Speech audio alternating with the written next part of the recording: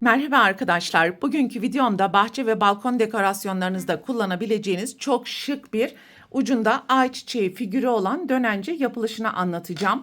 Dönencenin yapılışında koton iplikler ile 2,5 milimetre tığ kullanacağız. Projenin yapılışına ilk düğümü attıktan sonra istediğiniz uzunluk kadar zincir yapabilirsiniz arkadaşlar. 35-40 santimetre arası bir zincir dönenceler için ideal zincir sayısıdır. Ben toplam 80 adet zincir yapacağım. 80 zinciri yaptıktan sonra 3. zincirden başlayarak altta yaptığımız tüm zincir boşluklarının içerisine bir tane yarım trabzan yapalım.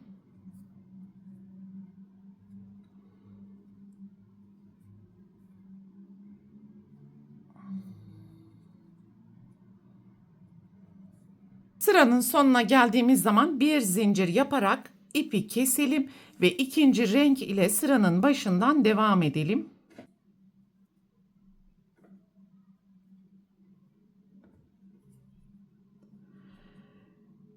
Yapmış olduğumuz ilk sık iğne ilmeğinin tepesinden ipi sabitleyelim.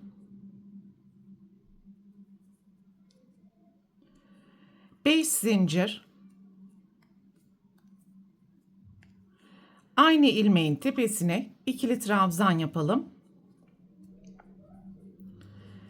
Ve alt sırada yapmış olduğumuz tüm ilmeklerin tepesine ikili trabzan, bir zincir, ikili trabzan yaparak V dikişleri oluşturalım. Sıra sonuna kadar devam edelim.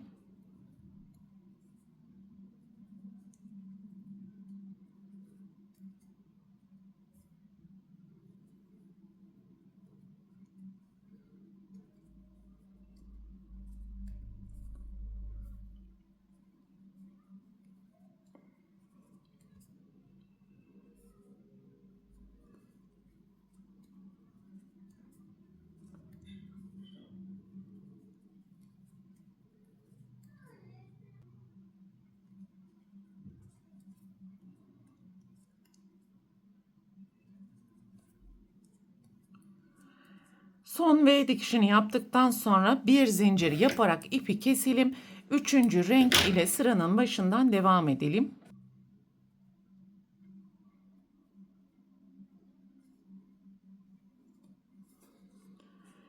Yapmış olduğumuz ilk V dikişi ortasından ipi sabitleyelim. 3 zincir, aynı boşluğun içerisine 2 tane ikili trabzan.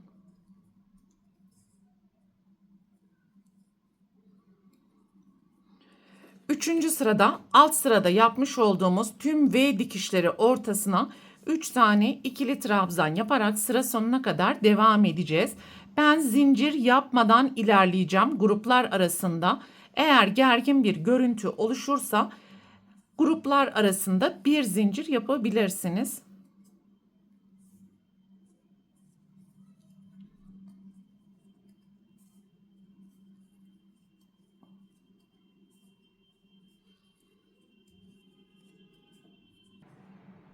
Sıranın sonuna geldiğimiz zaman son V dikişinin içerisine de 3 tane ikili trabzan yapalım.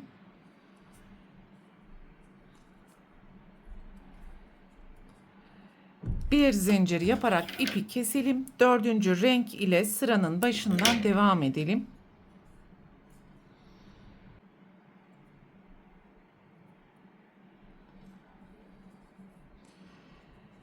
İlk yapmış olduğumuz zincir ilmeğinin tepesinden ipi sabitleyelim. 2 zincir. Aynı ilmeğin tepesine 3 tane ikili trabzan yapalım.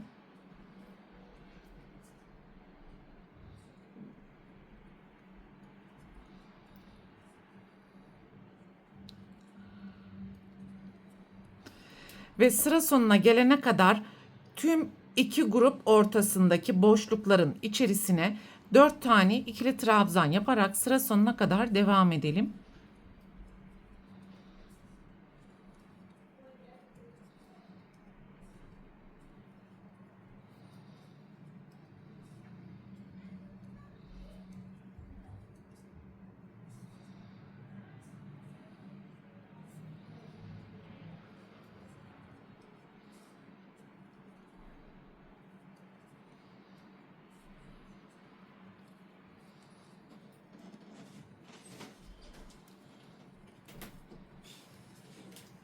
Dördüncü sıranın sonuna gelene kadar dönencenin yapılışını daha net anlayabilmeniz için her sırada farklı bir renk kullanmıştık arkadaşlar. Kamera arkasında tam olarak ayçiçeği renkleri ile ben deseni ördüm. Birinci sırada koyu kahverengi, ikinci sırada hardal, üçüncü ve dördüncü sırada ise sarı kullandım. Dördüncü sıranın sonuna geldiğimiz zaman alttaki son trabzanın tepesine 3 tane ikili trabzan yapalım.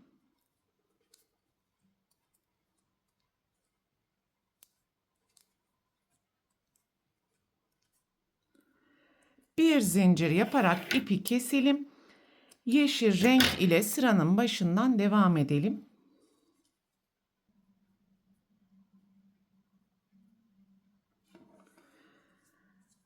Sıranın başında yapmış olduğumuz ilk zincirin tepesinden ipi sabitleyelim. Bir zincir, aynı ilmeğin tepesine yarım trabzan, 2 zincir, aynı ilmeğin tepesine yarım trabzan ve sık iğne yapalım.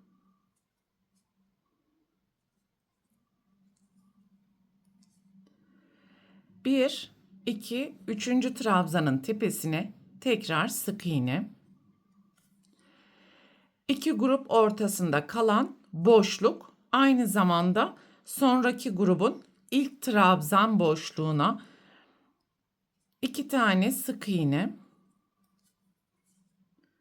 yarım trabzan, 2 zincir, aynı boşluğa yarım trabzan ve 2 tane sık iğne yapalım.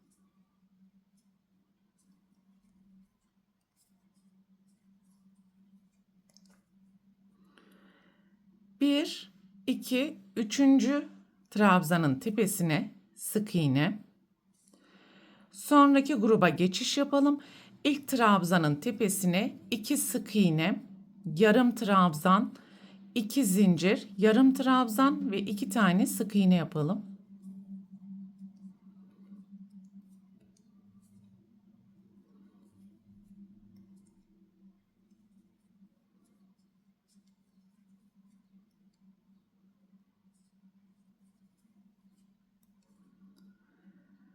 Bir, iki, üçüncü trabzanın tepesine tekrar sık iğne. Sonraki gruba geçiş yapalım ve aynı işlemleri tekrar ederek sıra sonuna kadar devam edelim.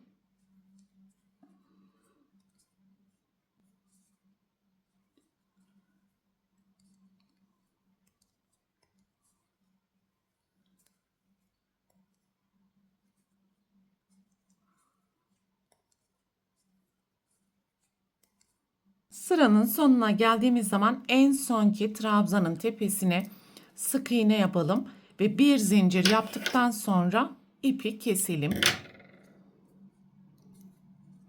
Bu ipi de arka taraftaki ilmeklerin arasından gizleyebildiğimiz kadar gizleme işlemini yapalım. Ve şimdi sıranın başında birinci sırada kullanmış olduğumuz renk ile asma aparatını yapalım. Birinci sıradaki kahverengi zincirin içerisinden ipi sabitleyelim ve 25-30 adet zincir yapabilirsiniz. Ben toplam 25 adet zincir yaptım. 12. 13. zincirin içerisine kayma dikişi yapalım. Sonraki zincirin içerisine tekrar kayma dikişi yaparak ipi keselim ve zincirlerin arasından bu ipi de gizleyelim arkadaşlar. Dönencenin uç kısmına süsleme aparatları ile istediğiniz süsü ve objeyi yapabilirsiniz. Yine kahverengi renk ile ben ayçiçeği motifi ve bu şekilde boncuklar kullanacağım. Ayçiçeğinin yapılışını bir önceki videomda çiçek buket olarak anlatmıştım. Videonun yapılışı için açıklamalar bölümündeki birinci video linkini tıklayabilirsiniz. Dönencenin uç noktasına boncuk ve ayçiçeğini de taktım arkadaşlar. Detaylı takım videosu için daha önce nazar boncuklu dönence videosuna bakabilirsiniz. Ve yapmış olduğumuz dönenceyi asma aparatının olduğu noktadan itibaren kendi ekseni etrafında çevirelim.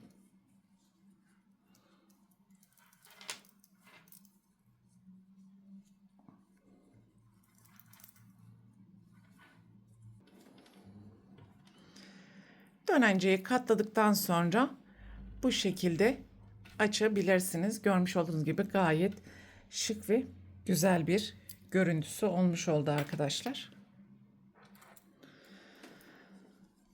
Bu videoda anlatacaklarım bunlardan ibaretti. Umarım sizler için faydalı bir video olmuştur. Sonraki eğitim videosunda görüşene dek lütfen kanalıma abone olarak videomu beğenmeyi ve düşüncelerinizi yorumlar kısmında belirtmeyi unutmayın. Hoşça kalın.